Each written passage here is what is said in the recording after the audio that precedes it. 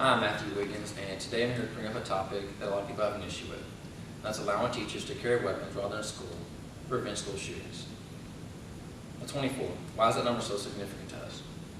24 is the number of school shootings that have happened in 2019 up to this point. Now, I don't want to predict anything, but I don't think 2019 is going to end with just 24 school shootings based on previous years.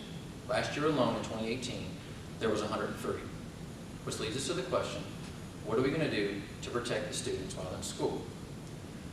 There have been a lot of bills that have been proposed that allows teachers to carry weapons in school. Now, I know it seems like a little bit of a crazy idea, but is it that far out of the realm of being a great solution? The youth of America have no way to protect themselves while they're in school, and a teacher with a weapon is that answer. Now, I have kids myself, and I want them to go to school and I want them to be safe. Students go to school to learn, and that's what it should be, learning.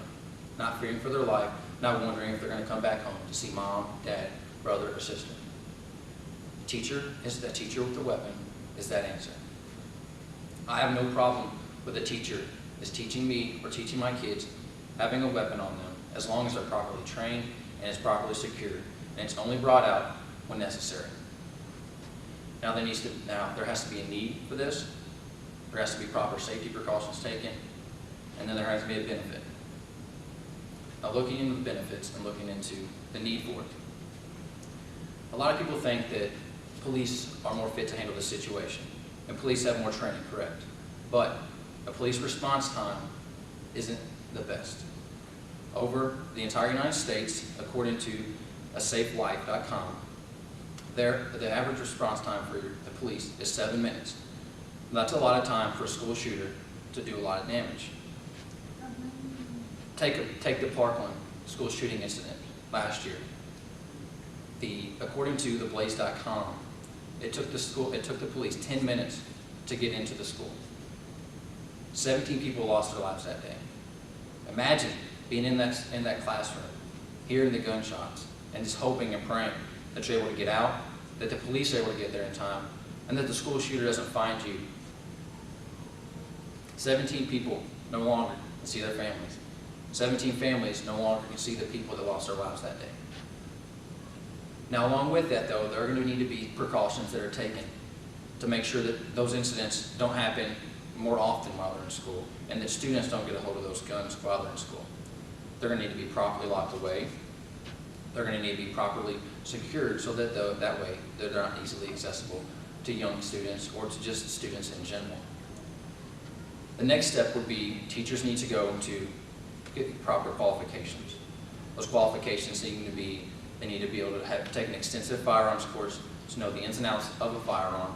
They need to go qualify and arrange with the weapon they intend to use while they're in the classroom. And then the following step would be to the schools they work for to take account for those weapons and those teachers that have those weapons. The serial numbers, they can still carry cards that the teachers are going to need to have. Everything through and through, so that way the school knows what teachers have what guns and where they're at. Now, imagine being in a classroom and all of a sudden you hear gunshots. What do? Fear takes over. Anxiety takes over. Do you call 911? Do you call a loved one because you're not sure where the school shooter's at and if you're going to walk out of there? What do? Now imagine that you're in a classroom and you hear gunshots and your teacher pulls out a gun. Has everybody get behind them. You still have that fear, you still have that anxiety, you still have the wonder of what you're going to call 911, are you going to call your family? But now you feel a little bit safer. Now you feel a little bit like you have a fighting chance. That's because you do.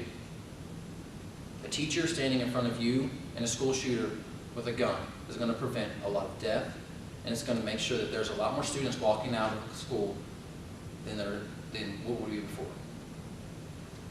Now we need to take a look also at the after effects, PTSD that comes from this.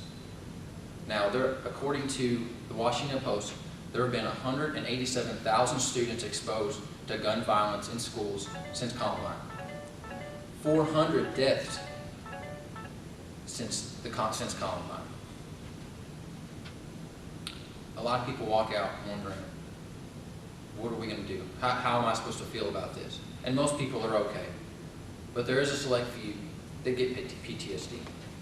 PTSD causes anxiety, causes depression, and it causes anger. And a lot of times people can't handle that, and it can lead to suicide.